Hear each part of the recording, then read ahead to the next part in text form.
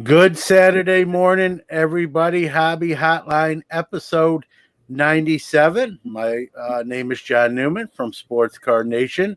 I'm joined by our regularly scheduled guest host, Mr. Dr. James Beckett from Sports Card Insights. And Sam Shuford from Women in the Hobby was scheduled to be on today. She is a little bit under the weather. So she's got, hopefully, we want to wish her well. Hopefully, she feels better. And we have a pinch hitter, as they say in baseball, and it's a good one in Uncle Rich Clyde. So, Rich, thanks for pinch hitting kind of in the ninth inning here, coming off the bench. Although you shouldn't be on the bench to Well, begin to begin with.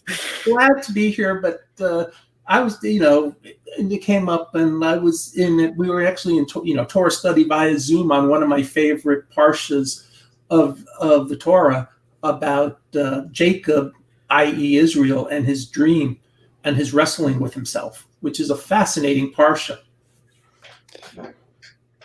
Well, wrestling with yourself or wrestling with an angel, it's that's The angel weighed the exact same as he did. He was the same height. That's what makes it such an interesting thing. Was he wrestling with the angel or with himself? all night long, and he came out with a limp. Yes. Well, you do things when you're sleeping at night. So that's what Israel means. He struggled with God. Yeah.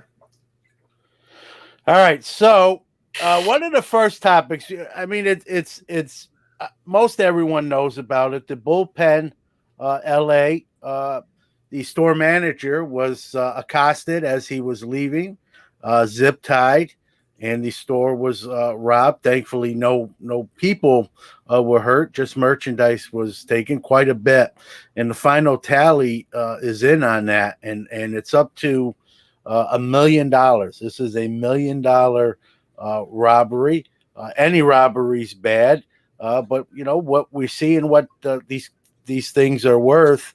And so this is $1 million. And I get asked all the time, from being, I was a former store owner.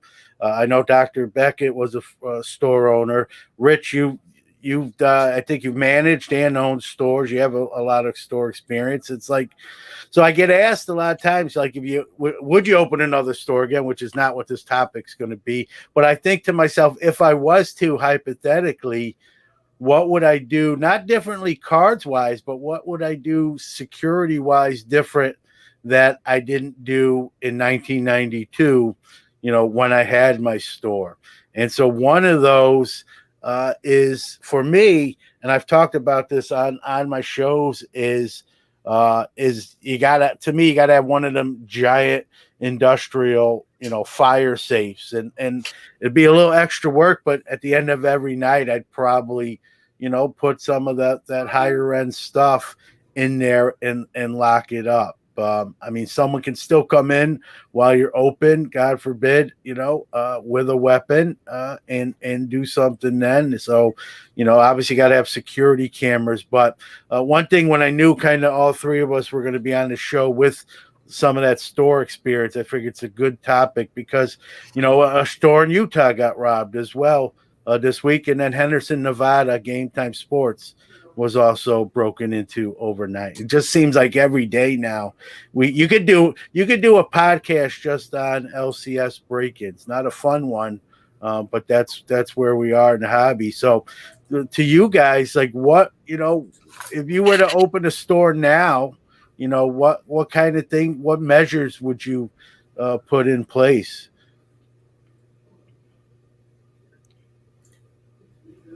Well, first of all, I'm happy nobody was hurt, and I'm happy that store was insured.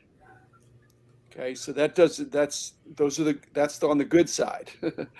On the bad side, insurance premiums just went up for card stores.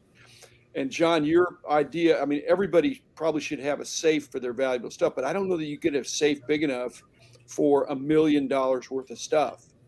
And so, I know our store had glass frontage. So you could lock the door, but they could just throw a brick through the through the window and be in and out in a few. They couldn't be in and out in a few minutes with $1 million worth of stuff. I don't know that we even had it. I'm sure we didn't have $1 million worth of stuff, but the thieves have to know where to go quickly to bash and grab. And like I said,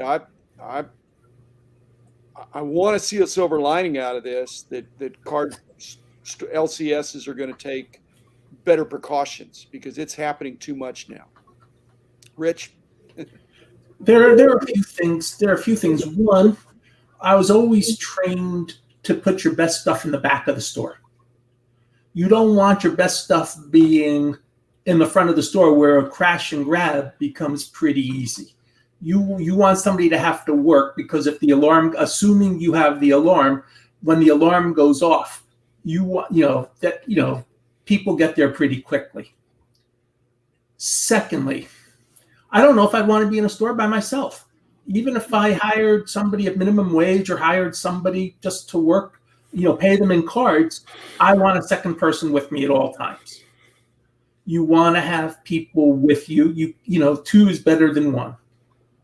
And three, I had some friends in Jersey who owned coin and card stores. And coins in the 80s were pretty expensive, or gold and silver. And every one of them had a floorboard with a pedal they could push to call the silent alarm, to call the police in case something came up. So you want to also have that type of protection. But we've gotten to the point, like I was telling John before you came on, the last time or 2 times ago, I was in Nick's Sports Cards, and I was doing my little purchase and checking out, and I'm waiting because I'm in no rush, and I'm hearing these people buy boxes, and this with the card is $475, and this one's $644, and this one's $800. It's like, okay, that's a lot of money they're making, and I don't know how much of his profit, but that's a lot of cash turnover real quickly. Or it's in a card, but it's a lot of money coming in without a lot of time. And when none of us had a store after about 19. John, when did you close your store? Well, I had a partner, so in 1997, we just worked out. It was on good terms. I just worked out a deal where we had like mutual stuff. Some was my stuff. I would just take my stuff, and the mutual stuff, we just kind of agreed on a price, and he basically bought me out. And I've said this on the show. It's what wound up happening was 4 months later, they actually broke into what was my store, but now just his, and robbed. Took some cards and some cash, and he just never reopened. That was his exit queue 4 or 5 months after me. Okay. 97. Okay, but in those days, boxes were still $30, $25. You could still get a new box for $25, $30, $40. There were some premium boxes beginning, but most of the boxes were still very affordable on a daily basis. I mean, this year, I think we're finally starting. I think recently we're starting to see boxes now sitting for at least a few days at the big box stores. It's no longer quite as bad. But the boxes, when they're so expensive, it brings people in. It also, unfortunately, brings bad people in when they hear about easy money, because you can't trace a box. If I went to your store and I walked out with a box I shouldn't be walking out with, and I sold it the next day, how would you know that was your box? Yeah. Unless you marked it in some way before you put it on the counter. Yeah, couple comments I want to get to. Rex Gocher from a sports card shop at Moco, a great card shop, great family. He says, hey, we put one box of the high-end stuff now. At night, every item priced over $200 goes into the safe. So, again, I think that's going to be sort of those that aren't doing it, I think, are going to adapt to that. And Rex also points out that when he went to Las Vegas, they had to buzz people into the store. That's almost like you see at like a pawn shop or a check cashing place where you got to be like cleared to enter. To think that's happening at a card shop, I get it now, but it's if you would have told me 10 years ago that, or when I had my store, that we would be buzzing people into a card store. I think you were crazy, but that's where we are at 10 years today. ago. How about 2 years ago? Yeah, no, you're right. You're right. And maybe it was naive of me, but I just remember during my store days, I wasn't really worried about stuff like that. I was worried about how we were going to do today, or, what are we going to buy, and that sort of thing. And now it's just a whole nother level with what the value of like you said, boxes were not at the levels they are now. And when you see that list from the Bullpen LA heist, I mean, it's not short, but it's like this on the paper, and just that amount of stuff right there, $1 million. But which isn't surprising. We see one card going for over $1 million potentially. So it's just a scary, even spouses of people who own LCSs, when their spouse goes to the store to go do business, do you worry, like, man, I hope everything, it's a safe day? And it's just, even saying that, it's weird. If I remember correctly, the list of the Bullpen stuff stolen included a 2003 Ford Exquisite Collection box.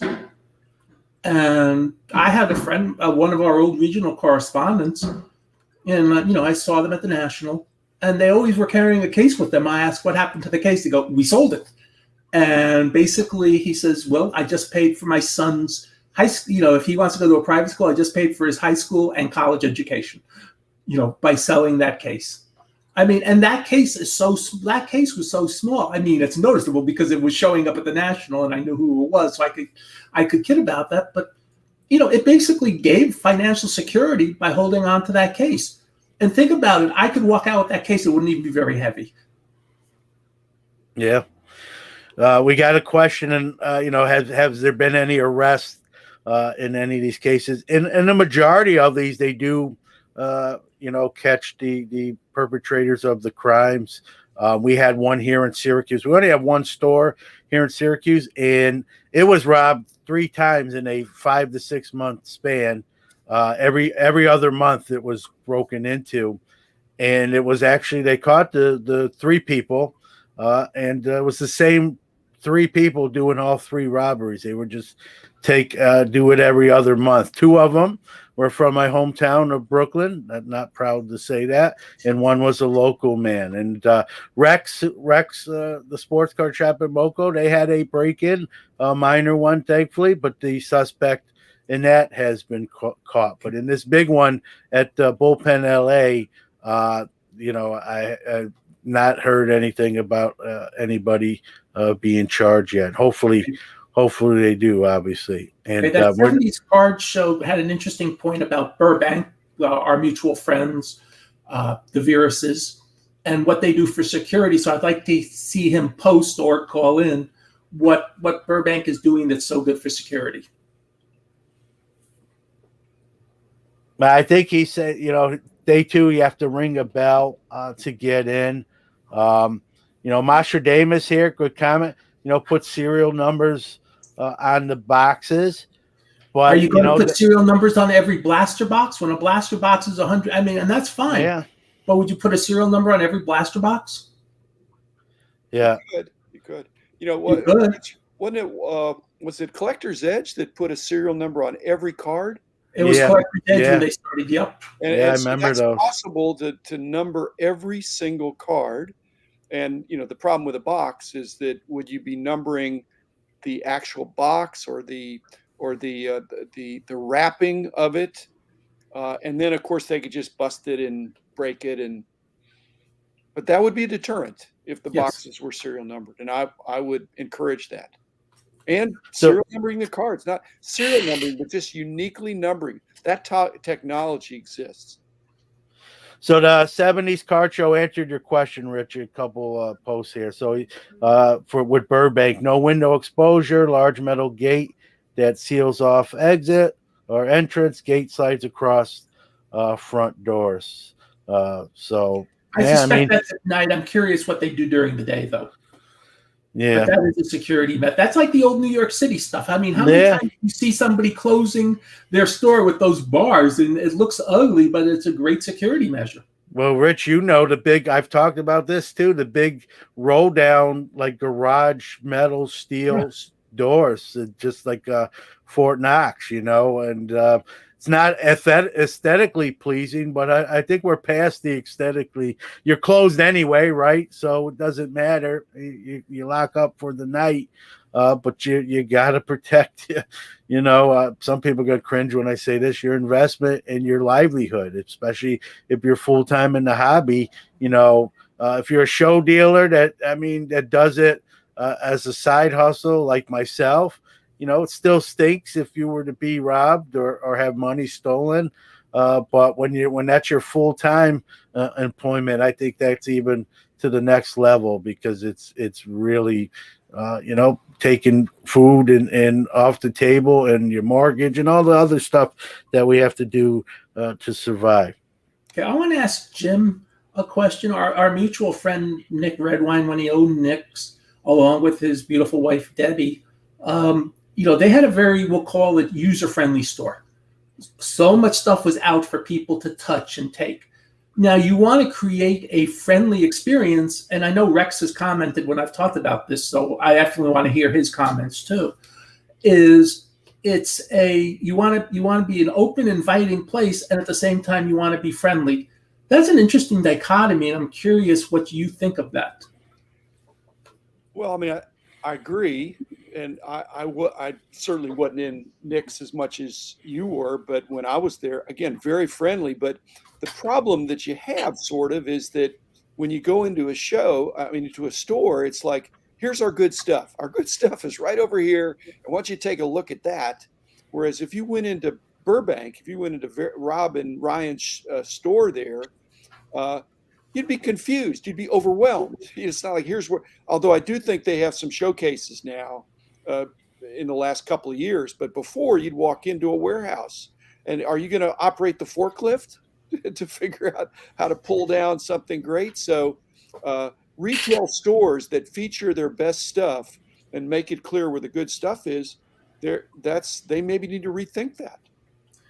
And we're talking about stores, but as John pointed out, there's also shows. And I've told the story, and thankfully, as I said, my friend could handle it financially, but ever since my friend lost his $10,000 cash bag, which is a terrible thing. As I said, thankfully for him, it was a blip. For some people, it would be the end of it, would be the end of their lives, so to speak. But Kyle and his team have gotten really good on security. Both the Starlight Room, where I'm usually set up at, which is a 100-table show by itself, and the main room, which is several hundred tables, they have cameras in the room. And those cameras, in fact, they threw every vendor out before the last show. When I say threw them out, they said, you've got to leave. We have to set up our security cameras. And they would not let anybody set up. It took a little extra time because a couple vendors got a little pissy and didn't want to stop doing their stuff. And I called somebody and said, you got to get your friends out of here. Because if you want to have a show, we got to have those security cameras up. And they did, and it worked.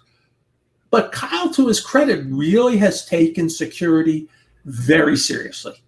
And, we've talked about the stories of the cards stolen and recovered at the Dallas Card Show. You're not going to catch everybody, but you catch a lot of people. In our Starlight Room, not this show, but the previous show, there was somebody who brazenly in that room stole a whole bunch of cards on a Friday and thought he got away with it. But they were monitoring the security cameras, came back on Saturday for round two, only to find himself being escorted out and basically be told, return everything or go to jail. And thankfully, he either paid or returned everything. And basically he's told, if you ever come back, you have criminal trespass and you will be treated not so nicely. But that's how serious they are. And I'm glad they are that serious, because there's a lot of money in the Dallas Card Show. It looked like Kyle had a camera in the upper corner, the corners of the rooms. He And not does. only that, it's pretty obvious if you go into the corner of the big room, they're monitoring all those feeds. And then there's some drones flying overhead, and I'm thinking, are they doing cameras too? So Yes, they are. since that theft, I think Kyle is that's leadership in the industry for promoters. They need to get serious about it. And I mean, one good thing, we heard very little about theft at the National. Our friends at the NSCC really stepped up this year on security. We did not hear as much about theft as in previous years. I mean, a few years ago, my friend Mike Hackley lost a 65 tops name at PSA 9. I mean, good Lord, what that card would be today. Comment from Rex. He says, we have 2 security systems that work in tandem. We have glass break film. I'm hearing a lot more about this glass break film on Windows that prevents it from sort of, punching a hole through it where access can be given in. We have a safe. We have locking gates that seal off the doors. And as I said, we may get a dog.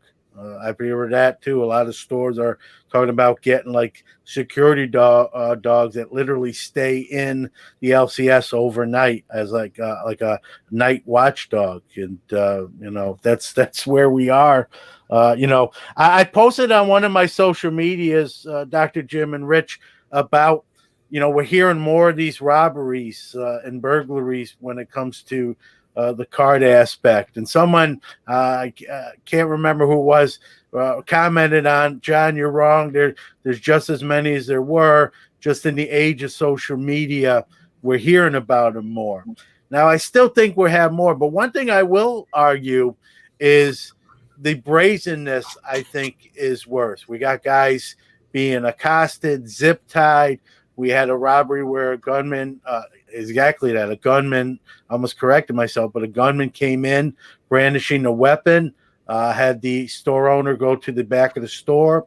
He robbed the store and left on a bicycle, of all things, so was apprehended very quickly after that. And when asked what did he take the cards for, he said he needed Halloween decorations. True story. Can't make this stuff up. But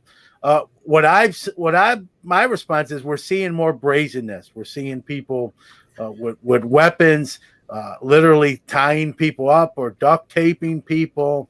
That I don't think can be argued. The person on social media, again, their name escapes me, or I'd give them proper credit, was just basically saying that there's no more robberies. We're just no more than any time before. We're just hearing about them more in the age of social media. I just feel like, I don't know how you dig up a stat like that. I still think there is more. But one thing I think it's gotten progressively to this stage is this brazenness of these people that are committing the crimes with weapons, and tying people up and that sort of thing. And it's scary stuff. It's premeditated and it's planned. So that's part of the brazenness. They think I can get away with this. Now here's how we're going to do it. So it's not a crime of passion where you just driving down the road and think, hey, I think I'll rob a store. They're planning it. They're casing the place, and they're knowing where to go. And I've told the story. I was doing work for Frank and Vivian Barning in 1979 or 1980, and I think it's the Hotel Taft. And I'm at their table, and I just sold a 1965 top set. And the guy hands me $450 in cash. And the thing from that show is you could actually, if you paid attention, you could look in from the street on what was going on at the show. And so if somebody was really paying attention, they would see me, handling all these $50 bills, which in 1980, a $50 bill is, it's still something good today, but in 1980, with the rate of inflation, it's much better then than it is now. And, I always wondered, okay, somebody could just come in from the street. There was no security, come in with a gun and just rob the show. And I always wondered, how come we got so lucky and we never heard about any of these type of things? Well, I think I'm safest if I'm walking around with a monster box, because nobody's going to think there's great stuff in there. When you're walking around with these little cases that have valuable graded cards in there, your person is in jeopardy if you're at a show, I think. Yeah, we're going to see people with those cases, like Dr. Jim just pointed out, probably almost like, the government, right? Handcuffed. There's a handcuff to the case and a handcuffed on their wrist. And, just we're The nicer the case, the nicer the cards. There was somebody with a case, I think $2 or $3 card shows ago, and they were advertising what they had in the case and what the prices were. I mean, that's like a gimme, like, okay, I know how much this stuff is worth. Okay, let's just corner this person, and this case is now gone. Yeah, or telling Facebook that you're going on vacation, leaving your house empty for a week or something. Yeah. You just got to be smart. Yeah, that's the worst. That's the old, never post that you're, especially if no one's going to be home, never post that you're going on a trip and when and for how long you're going to be gone. Post when you come back. Yeah. Here's a great point from Rex. And I know you've covered this on Sports Card Insights, Dr. Jim. He says, I encourage everyone to get collectibles insurance, no doubt. And there's some companies now that just special. This is all they do is, hobby or collectibles kind of insurance. Even existing insurance, this is kind of what I do. You can add a additional rider to your existing homeowner's policy. So if you don't want to deal with a brand new company or a fairly new company, you can contact the insurance company you already have on your homeowners and get a rider. Just make sure if you do that everything's worded right so that your stuff is covered for the right amounts as well, and that sort of thing. So let me speak to that a little bit, because I don't think I have said this, but because I think insurance generally is a good thing. I mean, there wouldn't be such a huge insurance agency if it didn't really help a lot of people. But that doesn't mean everything has to be insured. What needs to be insured are the things that might get stolen. And so if you're a card store and you've got, it's like 20% of your stuff is where 80% of the value is, that you need to be insuring the best stuff that's more easily stolen. But if an insurance company comes in, hey, we'll insure the whole thing, nobody's going to steal the whole thing. Now, the whole thing could get flooded or have a fire, but your main concern or the $1 million heist, that they didn't clean out the whole store. They went for a list of things. Those are the things that need to be insured. Yeah. And itemized for the insurance, and that can be done, and it's a lot cheaper, I think, probably, than insuring the whole thing of things that are not things people want to steal. It's like, what was it John Keating said? That 70s card show. He wants somebody he's going to leave out his 88 Donruss monster box, make it easy, low-hanging fruit for the criminals. They're not going to take that, so don't insure it. There are Tom Glavine rookies in there. Let's not sleep and Robbie Allen. I got a couple of Hall of Famers. Yeah, okay. It'll be on his front doorstep. But another thing too, and great point, Dr. Jim, about itemizing your stuff. And this is not even this is not even the store owner. This is as a collector. This is something I do here at home. Another thing, take pictures of your stuff. I mean, anyone can say they have a card. You have to prove. Like with my insurance, I can't say, I had a $100,000 card that was taken in the burglary. You have to prove that you had it. So pictures, in your home setting. And it's good. You should do that anyway, because if you have a lot of stuff, you won't be able to remember everything you have. You need to go through it. God forbid there is a robbery or burglary. You got to go through and figure out what's gone and what's still there. And having photos of at least your better stuff, if you will make that process a lot smoother than to try to remember. And you get my age, and that gets even more difficult. So I will also point out that the PSA registry is a great way for insurance. It's a hidden benefit of the PSA registry. it's a hidden benefit that, hey, this is real proof of what cards I owned. And if that card shows up anywhere, here it is.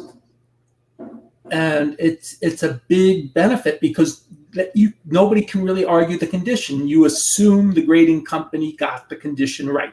I know they're not perfect, but even an insurance company will presume it is what it is. They will. I mean, Jim, you don't know I handled countless, the receptionists we had up front. Anytime there was an insurance question, 90% of the time, I'm the one who got the question. I'm the one who talked to the insurance agents. And we would discuss where somebody said, oh, their 50 cards were mint. I said, no, wait a second. No, they're not all mint. I can guarantee you that. But if they said they lost 100,091 tops, I would tell the insurance agent, look, the 91 tops used, whatever the book value is fine.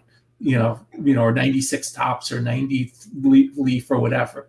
But 56 tops, you've got to be careful with that. So a graded card, even if it's, let's just throw out a random example. 49 leaf Jackie Robinson BVG 4.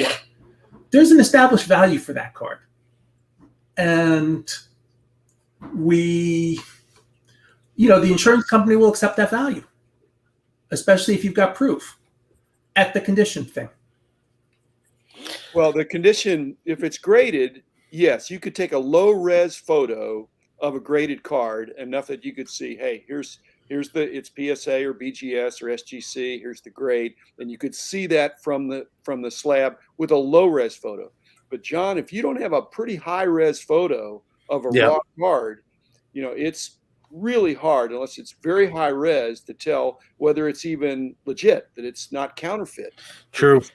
And so that's why some of these services are popping up that are going to help you, take better photos or vaults and things like that, because and a point in the grading column for those that sort of don't like grading, why it still is important, especially on some levels, whether you grade or not. We got Chris Harris coming in.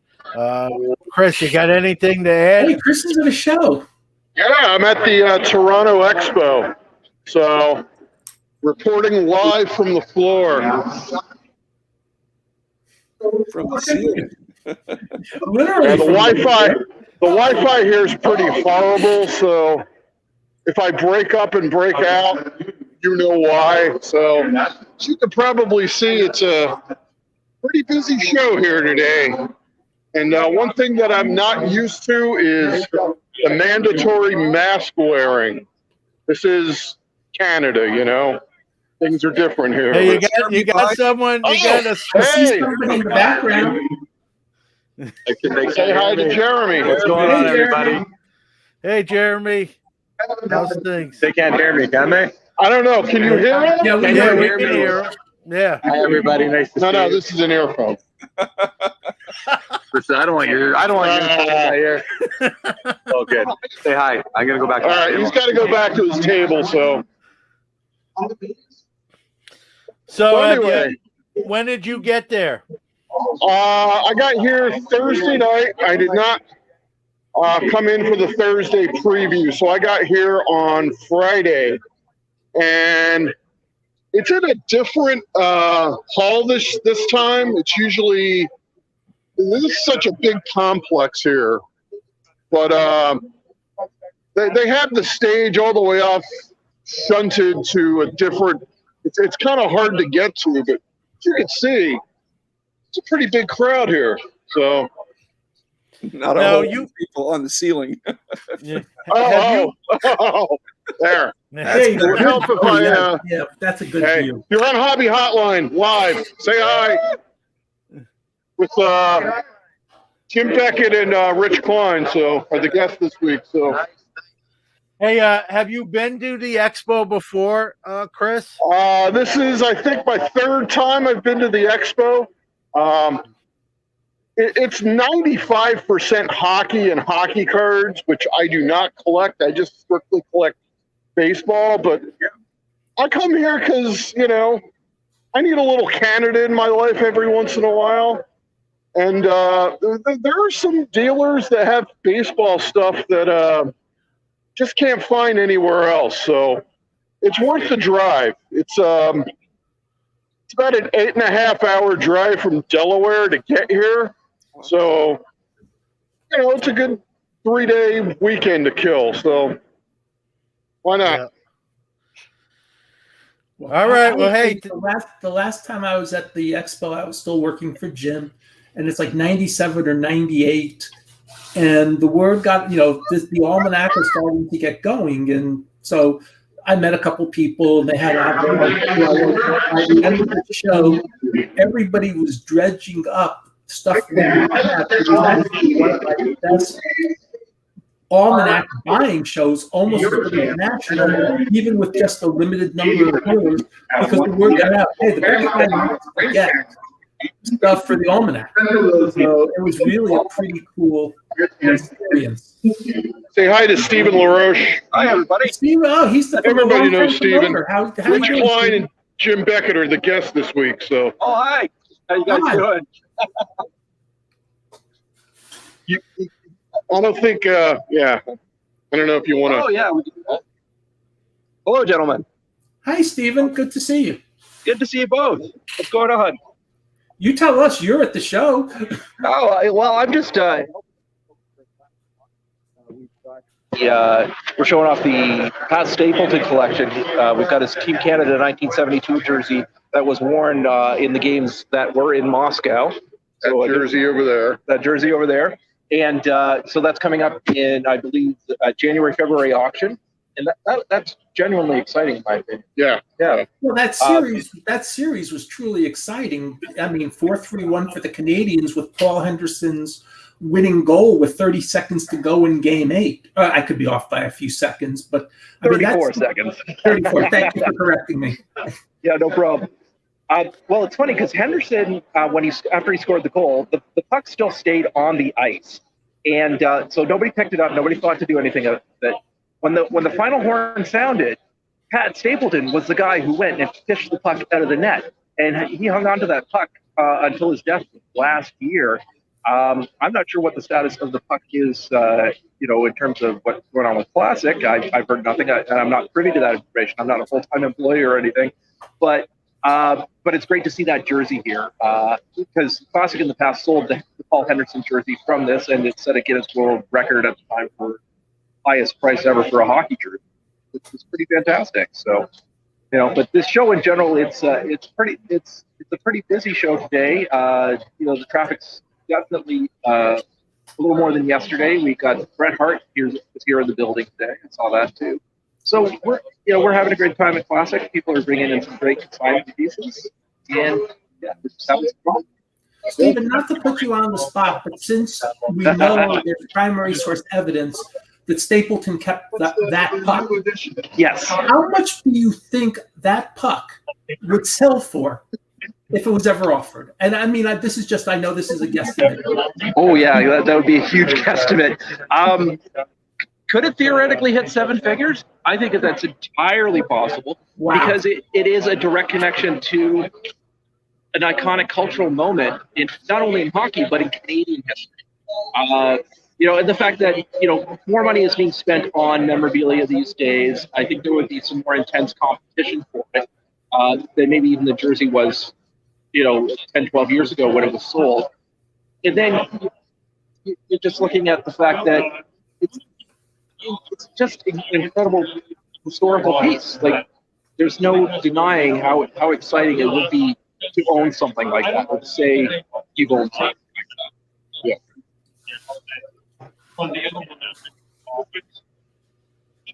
Everybody, You all right?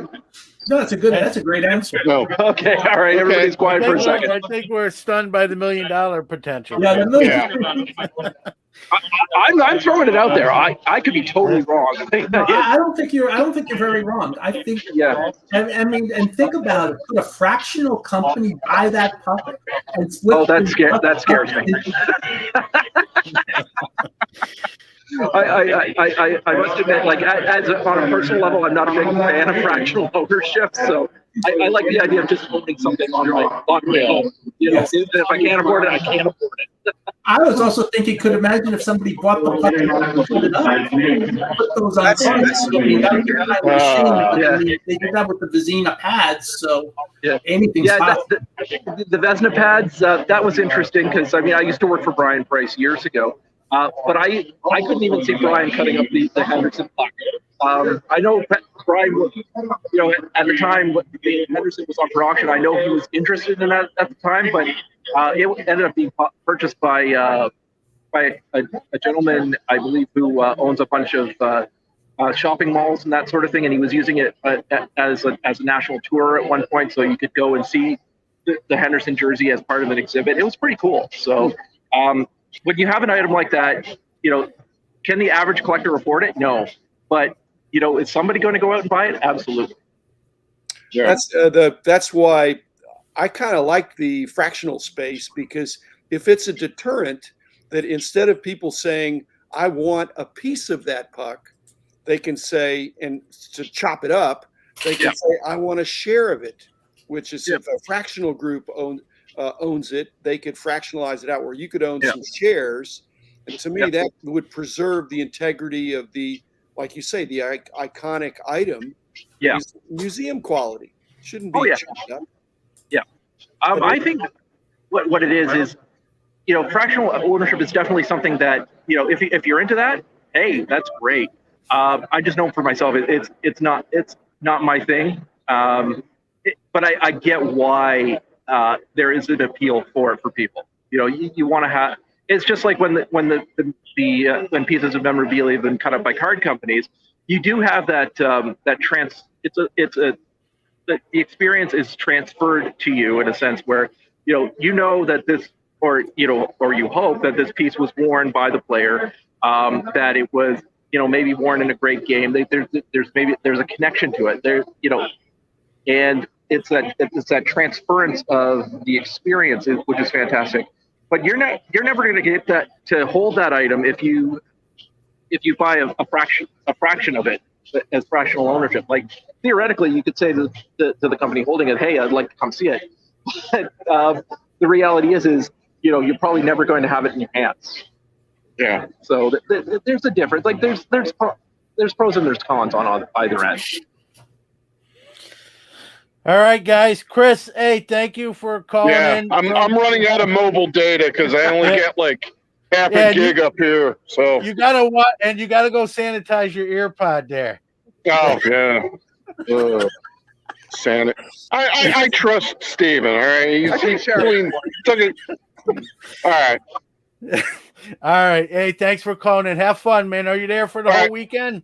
Yeah, I'll be here tomorrow. So if you're on the floor, you see the hobby hotline button. And say hi to my friends. Just say hi. And say hi to my friends from ComC that are there. Barry should be leading the crew, but say hi to my friends. Sure. All right. All right. Thanks, Chris. Thanks for the let me do a run-in. You're welcome. Thank you. All right. So I've been to the expo. I think everyone in this room has, if I'm not mistaken. I went actually a couple years ago before the pandemic hit. I got to hang out with Eric Norton for 3 days with him. Let him fall asleep first so he didn't hear me snoring. But great show. It's a great show. And they do have – it is heavy hockey, as Chris said, but they have other sports there as well. I bought some stuff, including hockey, and it was a fun time. And Toronto is one of my favorite cities to get to. And actually, I probably would have considered going this year, but just started a new gig and getting all settled in there. But definitely on the agenda in the future. And they do it twice a year, November and May. So you get 2 cracks at it if you don't get to one. So the other thing I want to talk about, kind of switching gears here a little bit. Let me put it up on the screen. That's me. On November 4th, Josh Luber, the new head of the Fanatics distribution, or whatever his title is, did I believe, I don't know how many pages it was. It was long. Trading cards are cool again. He did that on November. He released it on November 4th. Said he took him a couple months to write it. When I saw the title of it, I'm not going to lie, I'm a very honest person. It sort of made me mad. Because to me, and I think everyone in this room, trading cards have always been cool. Not again, they've always been cool. So the title right off the bat sort of set me off in the bag. And so I didn't read it initially because I was a little peeved by the title. And then I said, well, John, if you're going to do content creation and comment on stuff, you probably should do the due diligence and read it. And I did read it, and a lot of what's in there I agree with. Not everything across the board. And one of the things besides the title that I don't agree with, he was saying, because we have a lot, anyone that knows me knows I believe we need new hobbyists constantly coming in to move the hobby forward. I agree. He was saying with a lot of the new hobbyists that we have coming in younger, I think he kind of alluded to like the 20s, people that are in their 20s, that they're less inclined to leave the hobby. And I kind of disagree with that. I think it's easier for someone in their 20s, if the hobby's not going sort of the way they wanted to just sell. We see that with people who do sneakers. I'll use my son as an example of this. My son was a sneaker, what would be commonly called a sneakerhead. And then that sort of bloom came off that rose for him, and he got rid of all his collection of sneakers, and now he wears, just regular sneakers and doesn't talk about it no more. And he did that, rather quickly. I think it's easy if you get in the hobby as a kid, as I did, and many of us did. For me as a 7-year-old, I think you're more apt to probably stay in it for the long haul. I could be wrong. That's just an opinion. Then if you get in later, I think it's easier to get out. But so I disagreed with that. Some other stuff, I'm not going to go through the whole thing. If you want to read it, it's out there. It's long. Get a cup of coffee and a bag of popcorn. It's going to take you a little bit. But a little pretentious, but I guess we all can be guilty of that at other times or another. I guess my question to you, did the title bother you as much as it bothered me? And if you read it, sort of your thoughts on it, Rich, Dr. Jim. Well, first, the title didn't bother me. They are cool again. They're cool again to a lot of people where they weren't before. We talk about I know Jim and I talk a lot about the 25-30, the 20-25-30 year rule. That generation is coming back. For them, cards are cool again. And that's emblematic. That's whatever. I can't pronounce that word. Emblematic. Thank you, Jim. Of that generation. And I'm fine with that. But a couple things about Josh skipping. I don't know him really at all, but I know a couple things. One, he's walked around many of the Dallas card shows very quietly as a collector. And he's not there, like Jim, sort of like you were when you walked around a show. He's not being flashy. He's walking around, absorbing, getting the information. And I was shocked to find out from our event manager at ComC, our trade show event manager, he's got an account at ComC, and he buys and sells, and it's not all the high price stuff. He buys and sells very actively on ComC. I mean, he has many of the true collecting background to him. And having somebody with true collecting background in that position is probably a net positive. You may not agree with everything he says, but it's a net positive.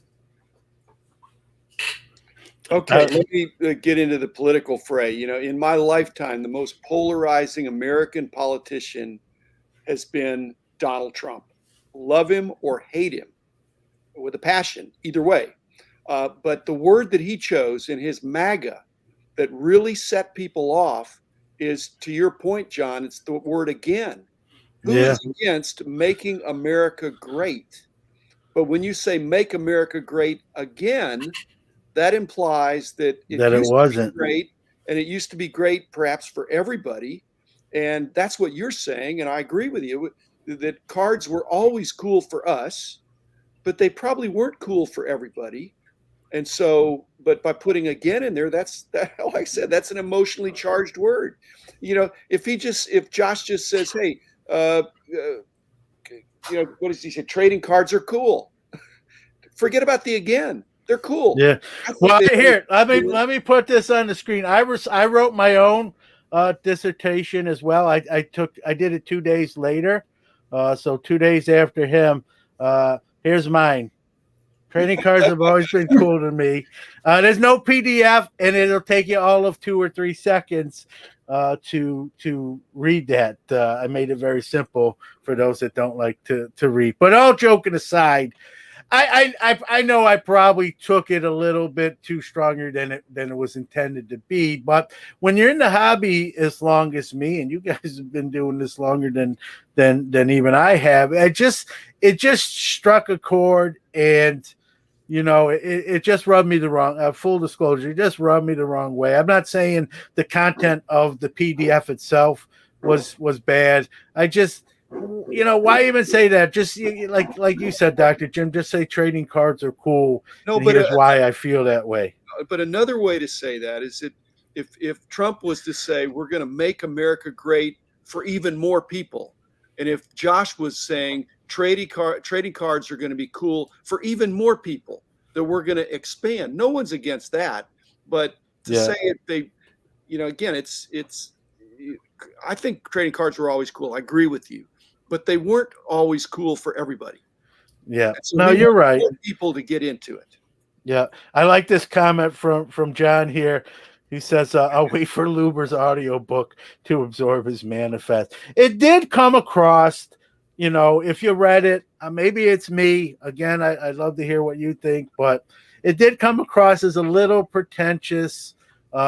He made a point in there to say that he wrote the majority of it before he got his title at Fanatics, that this was written prior to that acceptance of that offer.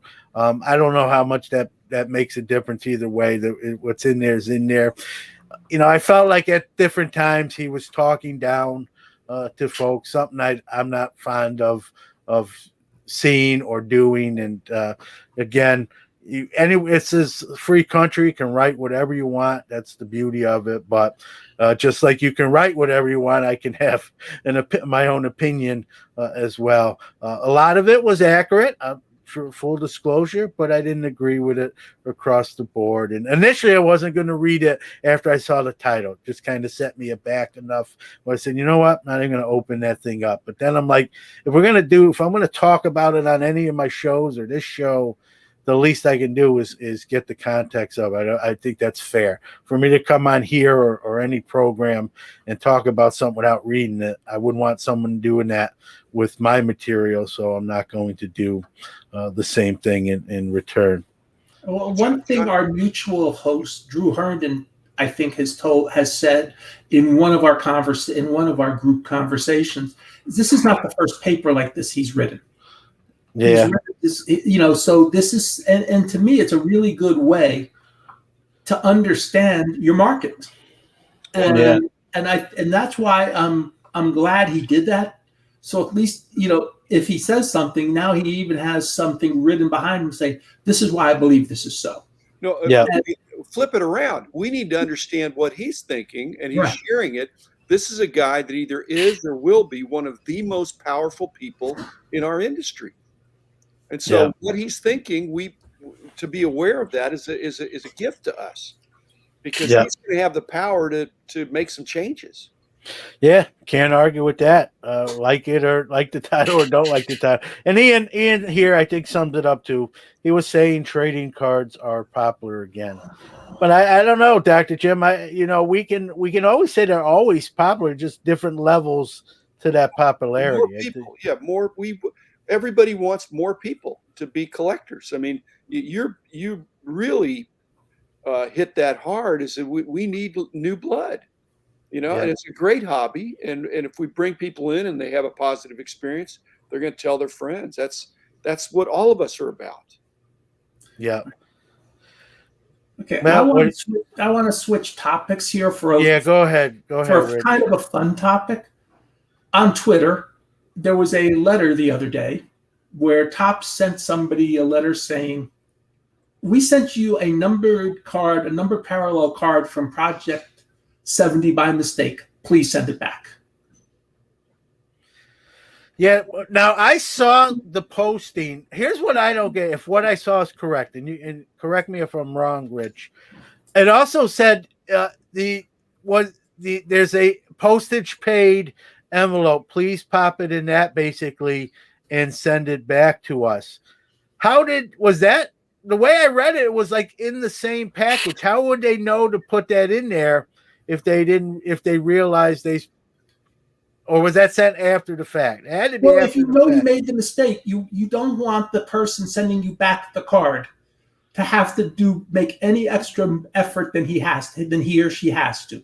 So you include that automatically. That's happened to me in the past.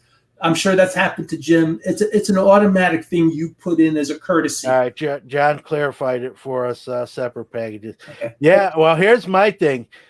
How can you ask? Can you ask someone, hey, we sent you the wrong card by mistake that wasn't intended for you. How about sending that back? I don't know what. I guess you can make an argument both ways. It's like if someone gives you the wrong, and I've had this happen, right? You check out at a register and someone gives you back $5 more than the change than you were supposed to get, right? You can either try to you say, oh, I'm $5 richer than I should be, or you can say, hey, you gave me $5 too much, right? I don't know if you're wrong either way. Someone can say, well, that's their mistake, right?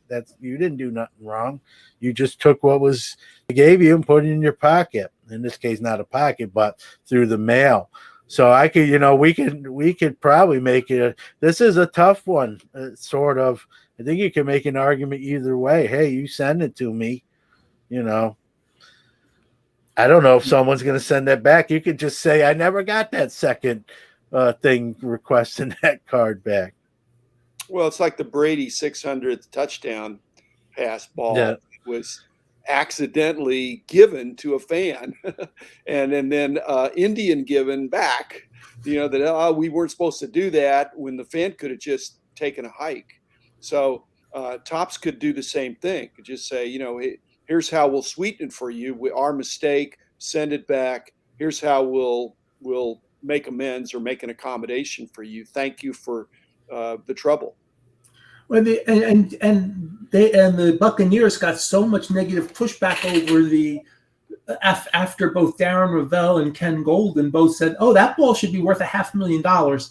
They got so much negative feedback and pushback that they really sweetened the pot for the fan to a significant price point rather than the few $100 price point they had done, and that was kind of good. And you're right, John. There's two things. There's a legal issue and there's a moral issue to this. The legal issue is you were sent that card. Let's say either Dr. Beckett or John sent me a card by accident, and I didn't know. I would assume, okay, they were trying to be nice people. It was an RAK, a random act of kindness. That's my card, and I'm totally entitled legally to keep that card.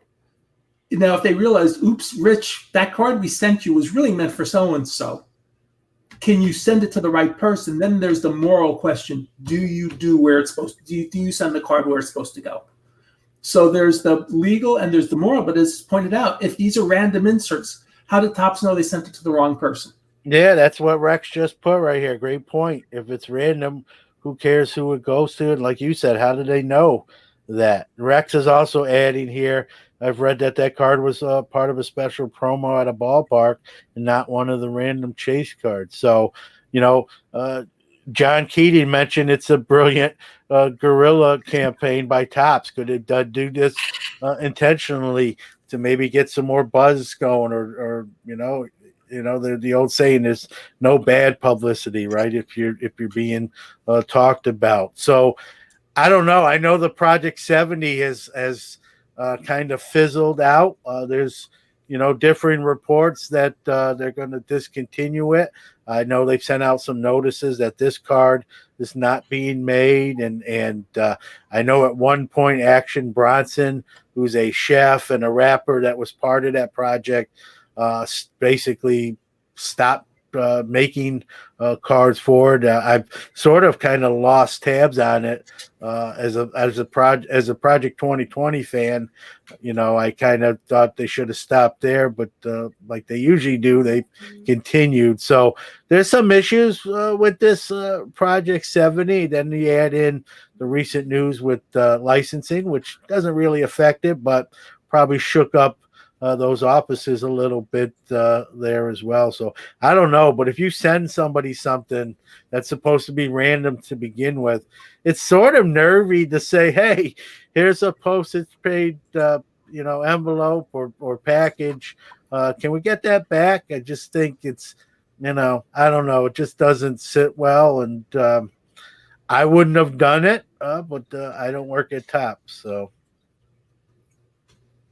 But you can, the next time Suze is on, you can ask her about that. Yeah, it's a definite great question for her to chime in about, or ask her if she's even heard that happening prior to this. This kind of came to light because the person made everyone else aware. Hey, check what they're trying to do out here. How has it ever happened?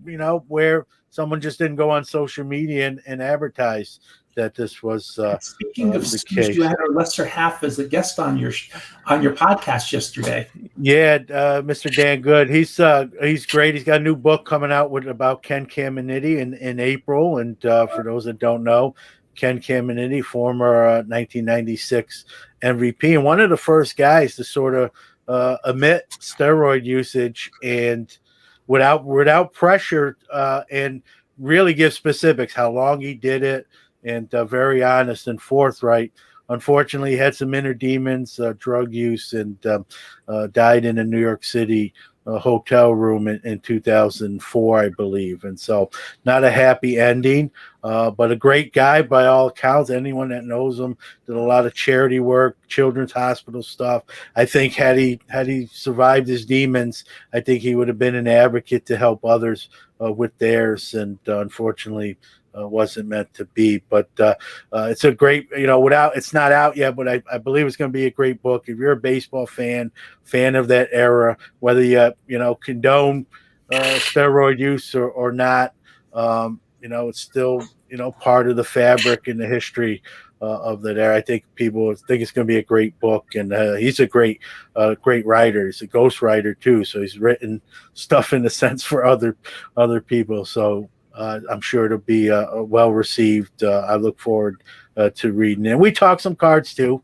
The little shameless plug. It wasn't all about the book, but we talked a little bit about Topps, and he claimed, he said that he helped pick out some of the photos for the 2017 Stadium Club release. So I said, so you're the real person behind it, not Suze. And we gotta chuckle out of that one. So yeah, and I know he's been on Dr. Jim's show as well. I've listened to him there.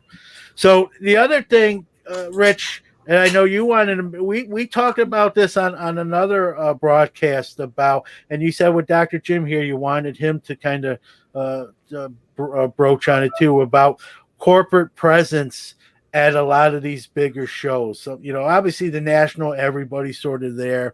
We're seeing more of it, and you're right there on the front lines with the Dallas card shows. We're seeing more of a corporate presence each and every time that show takes place. But even at some of the other ones, we don't see as much. Some of the other bigger ones, I should say.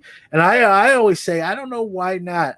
To me, I guess it's easy for me to play armchair Topps or armchair Beckett or armchair whoever, and just send a couple reps, get a table or two or three or whatever you deem you need, and be there, to be out there, get your brand out there. I mean, people know about you. I mean, no one's not knowing about Topps because they're not in Chantilly, Virginia, let's say, but why not be at all these shows? To me, I know Richie said there's more to it, that I make it a little bit too easy. There's more to it, and you said you wanted obviously Dr. Jim is from that corporate space, with Beckett. He wanted to get his kind of 2 cents on that whole, I don't want to say debate, but discussion. Well, there's a psychic, and I'm sure Jim, who's always very cognizant of employees, you can't send people every weekend to every show. I mean, we would send analysts, but we had 10, 15 analysts. So if you sent one analyst a month to a show, that was not unreasonable for anybody, for us to do our job. But could you imagine if you had a smaller staff and you were sending a price guide analyst every weekend to a show? I mean, there's the wear and tear on the body, and there's also the wear and tear on just never having much of a life of any sort because you're always on the road. And plus, does your effectiveness stay the same if you're going to every show? BGS, from the nature of what they do, is different than when I was a price guide person. When I was a price guide person, and I started in the early 90s, almost every dealer used Beckett anyway. So there wasn't really a need to set up tables, maybe at the National, maybe one or two other shows, maybe like the Expo in Toronto, but there wasn't a need to set up a Beckett table at all these places. Before Dr. Jimmers, I got an ally here, John. So let me put up some of his. He says if slam stock can be at every show, the bigger entities can. He then says, I've been on the road for 4 weeks. I get it's a grind. It can be done and should be done. And in responding to you, he said it's part of marketing, Rick. And here's my thing. I agree with you that if you're an employee, maybe you don't want to be traveling every weekend. But I mean, especially on a bigger company, maybe you can have like a rotation. Hey, you two, or even ask for volunteers. Who wants to go to Virginia this date? Who wants to go to, whatever city in this day? And if you get volunteers, that kind of takes care of itself. If you don't, then maybe you have to say, all right, here's the schedule. I need you two, you three here the following week or 2 weeks after that. In fairness, I need you three, that sort of thing. I guess, again, it's easy for me sitting here in Syracuse, New York, to play armchair corporate guy. But so as a current employee of a corporate, yeah, I will tell you, we set up at the last Dallas Card Show. We exceeded our event show manager, Andy Jones' expectations by quite a bit. But why? But if we set up at ComC at every show, eventually we'd hit the law of diminishing returns. We couldn't set up at every show because eventually you wouldn't be doing. I mean, we could. I mean, conceivably, I could since the office is across the street. But the point is that you hit a point of diminishing returns. You're seeing a lot of the same audience. So if you see the same audience once or twice a year, that's a lot different than seeing the audience 5 or 6 times a year. I know it depends on what type of marketing and what type of product you do. If you're a card score, our Jim interviewed Jeremy Allen this week, and he was set up at Card Score next to the ComC booth at the last Dallas Card Show. And Jeremy also, full disclosure, does some graphics for ComC too. So it was good to have him next to us. But Card Score, based on what they do, can be at all the shows, because there's always going to be new cards that people want to get scored. Or if BGS wanted to be at every Dallas Card Show, they could be. It's local, and there'll always be people bringing them in cards. But not for every corporate with the same reason. And you would, as I said, you also hit a law of diminishing returns. I hear you. A couple more comments, and then I want to hear what that, SCA Sports Cards, a bitch job and your job. I use volunteer when I kind of went off on a little rant. Volunteer as far as to do it. I mean, it's a paid position, so you get paid. Long fly ball, David Wright. What would be the effect of having Tops do more regional shows? Does it generate more business than not going? Large shows are given. You get your presence out there. Smaller shows don't make sense. It's funny. We're getting some strong sentiment on both sides of the discussion. Dr. Jim, okay, let me try to give you a corporate perspective, because I had to make decisions like that. been a long time. But first point is that it's more expensive than you think. Even if you got free space or a free booth or you're walking around, travel is more expensive. It was then, it is now. It's a hassle, but it's more expensive in dollars than just, hey, why don't they just send 3 guys? Well, or 3 people, or get a booth. It's more expensive than you think. Secondly, I don't think the major brands in the hobby get any benefit of visibility. I think that's not a compelling argument. Star Stock, yeah. I mean, they Card Score, yeah. If they're there, people say, oh, let me find out about that. But Topps, Panini, Upper Deck, I don't think they get a visibility bump for being there. It's nice, okay? And then my last point is that by being there, it can actually be a negative for those companies. Because by being there, there's an expectation that they're there and they're going to listen. And we really had mainly one employee that wanted to go to shows to be a punching bag. And I've already done a tribute to her as Louise. Rich had multi-purpose, but Louise, almost her whole job was to go and receive gripes from dealers. And she diffuse them as Rich did too. Dave Slipka did some of that as well. We had, the people in our company that knew our sincerity, what we were trying to do, would listen to the criticism and then respond. But if it's one of these other companies we're talking about, by being there, you're increasing the expectation that you're going to tell Topps, here's what we think you're doing wrong. You're going to tell Panini, Upper Deck, whatever, PSA, BGS, whatever. You're going to tell them what they're doing wrong, and then you're going to expect them to do something about it, to kick it up the chain of command. And in many cases, they're not. And so going to the show and acting like you're going to listen and hear these suggestions, let's call them, that actually can do more harm than good. So I think Topps keeps their distance. They choose when to go. ComC, like Rich said, even if they were going to do it, there's a diminishing returns. So I'm glad ComC was there. I'm glad all these other corporate entities at the national. I probably agree that they should expand a little bit more, but like I said, it's more expensive, and the visibility is not something they pay for. By the way, to expand on one of Jim's points, our mutual teammate, our manager of the Price Guide division at the time, Pepper Hastings, would say, and since it's 30 years later, I'll say the number, we spent $92,000 one year sending the analysts to walk around a show. We weren't even set up corporately.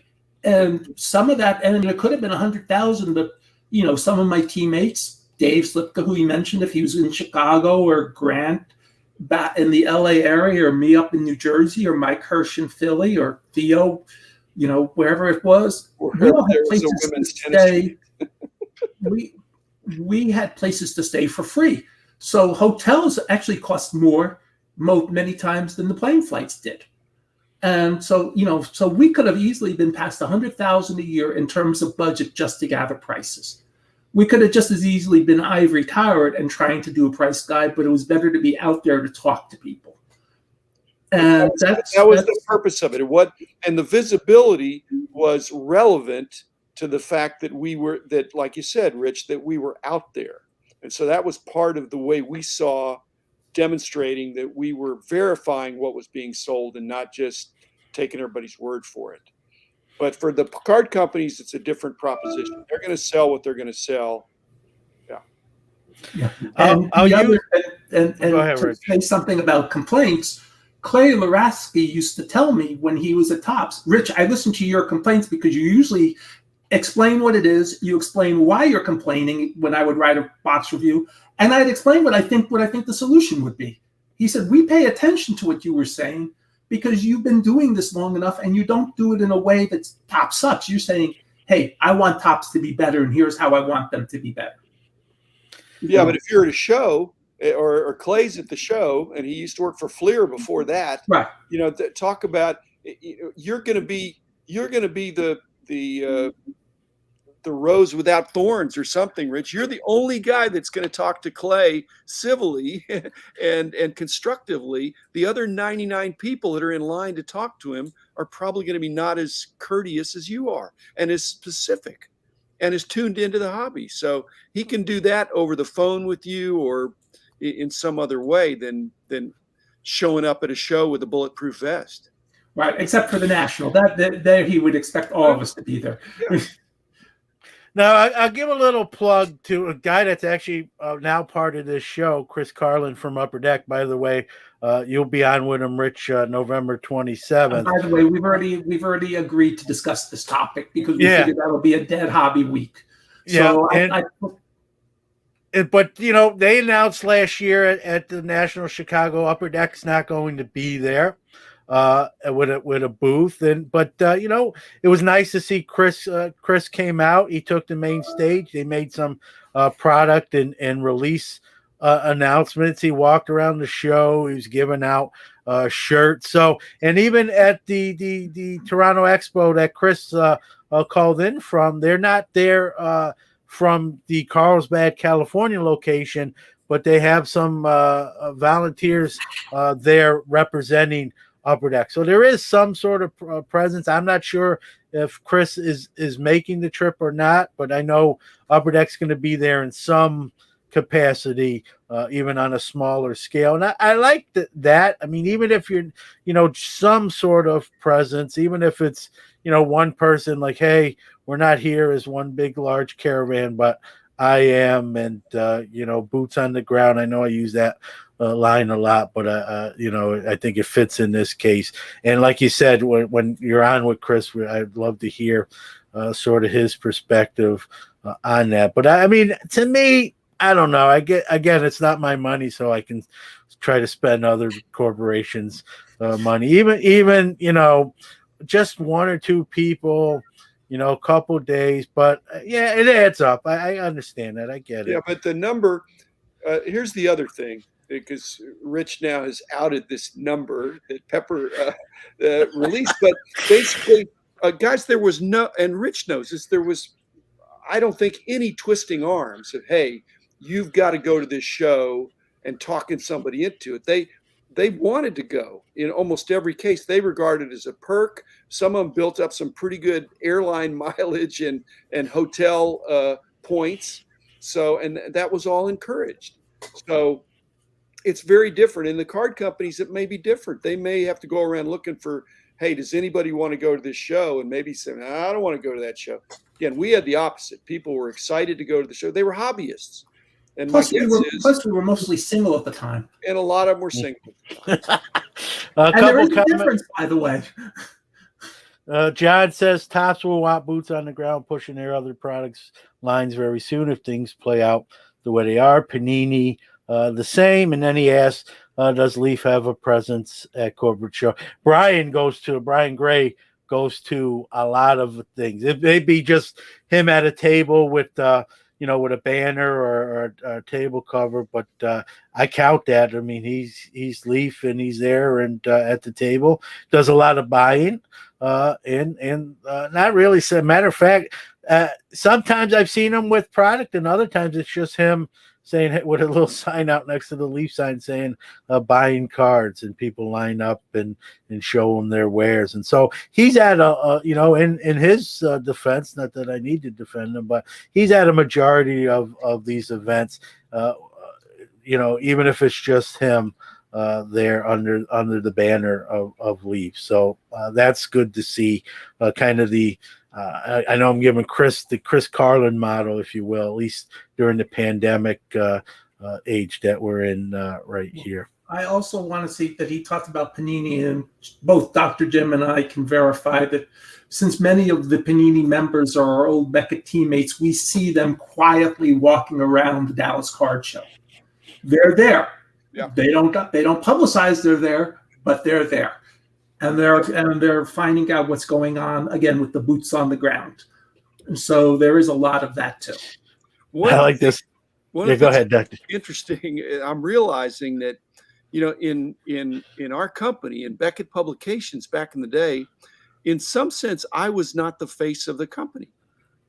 that Rich was, and Louise and Pepper and other people that were out and about that were more aggressively doing that, whereas Brian Gray is the face of Leaf. Now, who's the face of Panini? Is it Tracy Hackler? I didn't see Tracy Hackler a few weeks ago, but I did see Tim and David Porter. I've seen a bunch, so.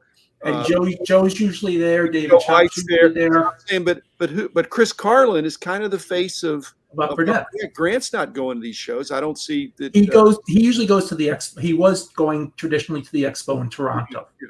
But at any rate, so I'm just saying that when you see a person that you recognize and you identify them with that company, then you say, "Oh, that's nice. Okay, well, I can interact with them," and so I think that's happening. But who's the person for Topps? I don't think it's Clay. I really don't think it's Emily.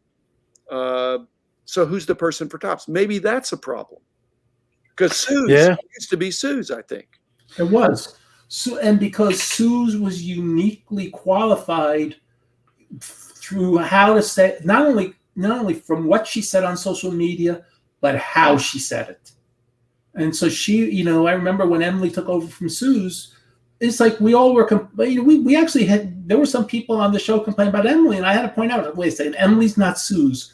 Sue's was uniquely qualified for that position. She had spent time as a newspaper reporter. She had spent time editing material at Beckett. She was a collector herself, with a big Derek Jeter collection. She knew social media. Emily knows a lot of that stuff, but she didn't have the same life experience. But they expect Emily to go to every card show representing Topps might be unreasonable. Right. She would get a benefit from it, but it'd be a whipping. Yeah, I think, and just a great point, Rich, too. I mean, to be that, if you will, air quotes, face of a company, whoever they may be, right? Knowledge and experience are definitely right there at the top of need to be at the top of the resume. But I think you gotta be thick-skinned too, because you're going to hear things from people that are not very nice. They're not going to use tact. Some people might use tact, and then other people are just going to throw tact out the window. And you got to be thick-skinned. And kind of, I'm not saying you don't care about it, but you sort of got to roll with the punches and not let it sort of bring you down or where you can't function or do your job. So it's while it's everyone thinks it's fun to be that sort of person out front of a company. It's not all fun and games. You're going to deal with some stuff that's not as much fun, and we got to keep that in mind as well. On a business level, that's why the average term of a CEO has really decreased in recent years, because now they're expected to be the face of the company, and with very few exceptions, it's a very yes, you make a lot of money, but it's a very tough job being the CEO and the face of a company. Because you're the one talking to everybody. You're the one that ends up on CNBC and Fox Business and all the other business networks. You're the one quoted in the papers. You're the one who basically the world is on your shoulder. So we're going to wrap it up here. We're man, speaking of Hobby Hotline overtime on Tuesdays, we're at 80 minutes today. I wanted to share this because I made it. I don't know if Rich is mad at me or not. I called Rich our sort of hobby Yoda. And then I put this together. So there's Rich, hobby Yoda right there. So, but Dr. Jim, Rich, awesome conversation. We got a lot of interaction as well, and on both sides of discussion, and that's always a sign that it's a viable discussion. So a reminder to everybody, we have a Tuesday show. Will be Tuesday nights at 9 p.m. Eastern, 6 p.m. Pacific, and Saturday show, as you just saw, at its normal 11 a.m. Eastern, 8 a.m. Pacific time slot. So a lot more hosts, which I name now at the end of every podcast episode on the audio side of things as well. So for Dr. Jim, I always called you Dr. Rich.